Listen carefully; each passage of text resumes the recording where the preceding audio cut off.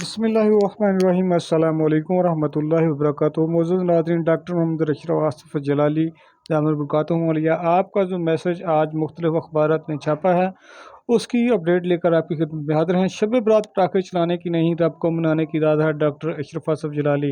یہ دعاؤں کی قبولیت کا اہم موقع گناہوں کی دھلائی والی رات توبہ استغفار میں گزاری جائے، نہ کہ پٹاخے جلائے جائیں۔ یہ رپورٹ کر رہا ہے روزنامہ نئی بات۔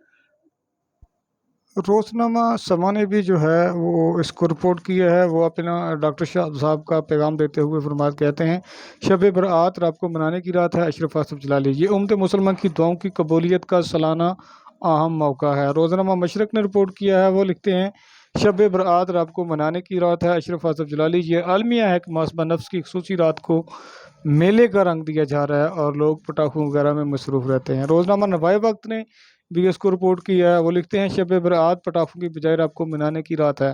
اشرف آصف جلالی۔ جس رات کے فضائل میں ائمہ و محدثین نے کتب حدیث میں ابواب قائم کیے ہیں، پروپیگنڈا سمجھ سے بالاتر ہے۔